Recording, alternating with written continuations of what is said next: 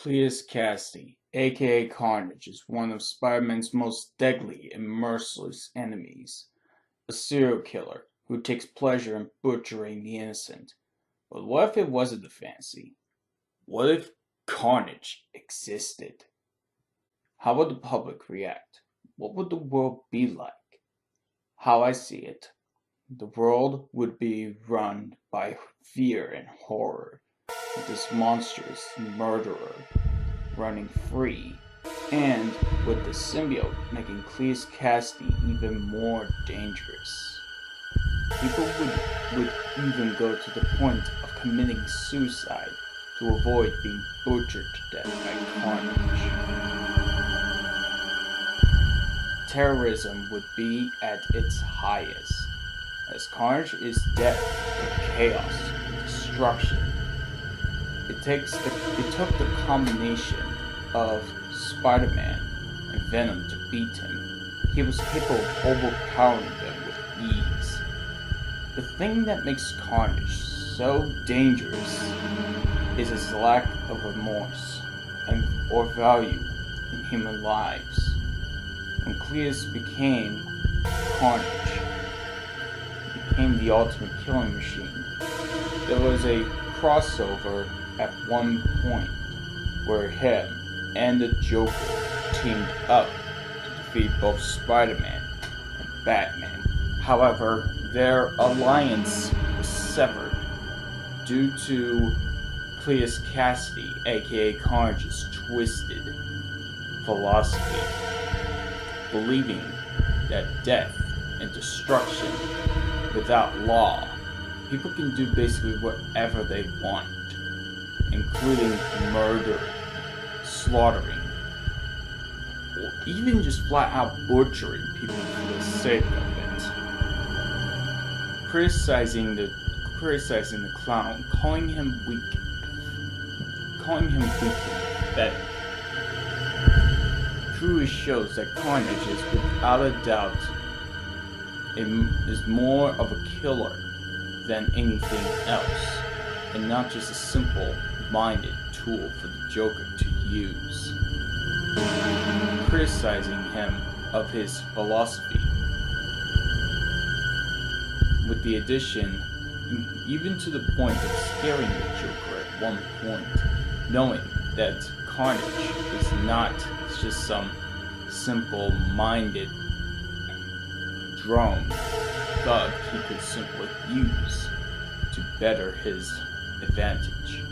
He realized that Carnage is nothing more than a heartless monster that takes pleasure in butchering the innocent, killing them for his sickening pleasure, really making him a dangerous foe, or not an easy person to cooperate with, as he prefers to work alone for the most part.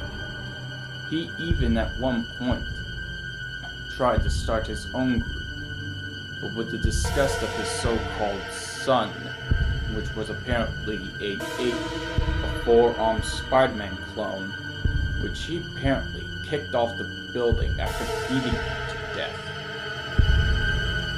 Truly showing that Carnage has absolutely no remorse for anyone, not even his own group or kind. He had a child, the symbiote did, where it was toxic, one of the strongest symbiotes of all time. Carnage left it with the police, knowing that when the time came and he restored himself to full, he would go after Toxin and the police and kill him before they could become even more powerful. Little did he know that Venom was planning to use the symbiote Toxin to better his advantage in his battle against Carnage and Spider-Man at the same time, taking out two birds with two stones. However, Toxin became too powerful, and so it left Carnage and Venom to the point where they had to team up to try and beat Toxin. However, it did not turn out that way, as they were both easily beaten and such. Carnage is without doubt a pure monster, bent and twisted. The symbiote was able to easily take over Cleese Cassidy's mind, as he didn't really have a mind in the first place, more like amplifying his thirst for death and destruction. As a joke, and he even got to the point where he scared the Joker of all people, realizing again he could not easily just manipulate Carnage to his will and sever their alliance. And plus, to make it even more terrifying, the symbiote does not require a host to thrive and do as it wishes. The symbiote can even at one point infected the Silver Surfer, making a cosmic maniac out of them, creating cosmic carnage, which was without doubt one of Carnage's strongest forms of all time, and such. There was even at one point simply going inside, trying to have an interview with Carnage. At one point, a therapist had him, and Carnage infected his mind, and turned him into a cannibal, which is rather disgusting in all views. And here, he even had a quote-unquote girlfriend called Screech, which in Deadpool vs. Carnage, he accidentally killed. Little did he know that Deadpool was just simply playing with him. And here, you can see the Joker gets disgusted and feared at one point, but quickly severs the alliance, truly showing that Carnage cannot be trusted or looked upon as an ally by any means, and such. He is without a doubt, again, the most dangerous and one of the most vile, ambitious, and merciless villains in the Marvel Universe. He infected an entire city with the symbiote. So that's pretty, if you think about that, that is a very horrifying image to think of. An entire town infected with the psychosis and the vileness of the Carnage symbiote. In my theory, the Venom symbiote, the Carnage symbiote, came from the Venom symbiote's malice and hatred, and just simply took that as its title. As after Carnage, Venom became less full of malice and more of a person who can be reasoned with, and such. And plus, he also had Eddie Brock, while Carnage had Cleese Cassidy as its host. It is without a doubt understandable in where Carnage came from. He came from the malice and the hatred, the pure thirst for destruction, and is definitely without a doubt the most bloodthirsty villain in Marvel history.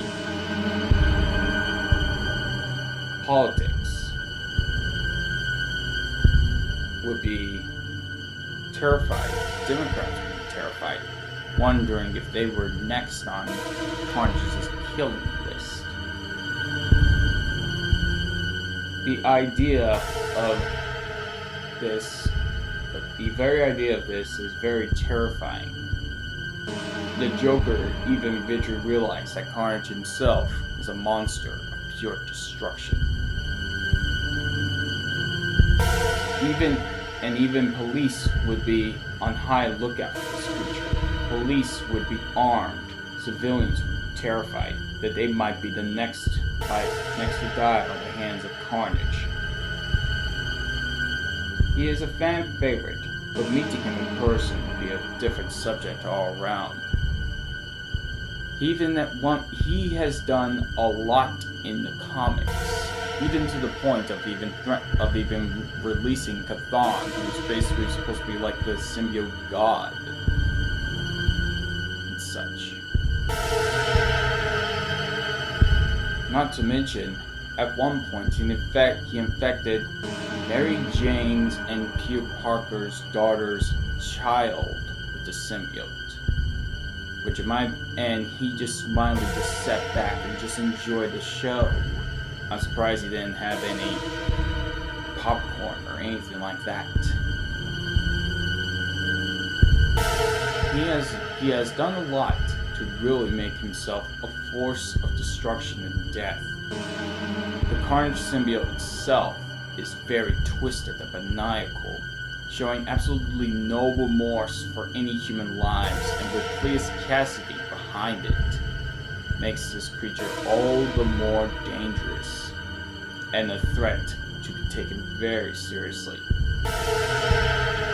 He is absolutely merciless, the ultimate killing machine, the ultimate terrorist. Though bombs, in his view, are too quick. Guns are too quick. He rather prefers slashing and ripping you apart, taking pleasure in it, and such. He is the ultimate villain. Absolute merciless, careless, and takes pleasure in the carnage he brings to humanity and such. Well, what do you guys think about this? Let me know in the comment section below. Comment, like, share, and subscribe for more. If you guys want me to do more of this, let me know who you want me to do What If They Were Real next. And please, take care.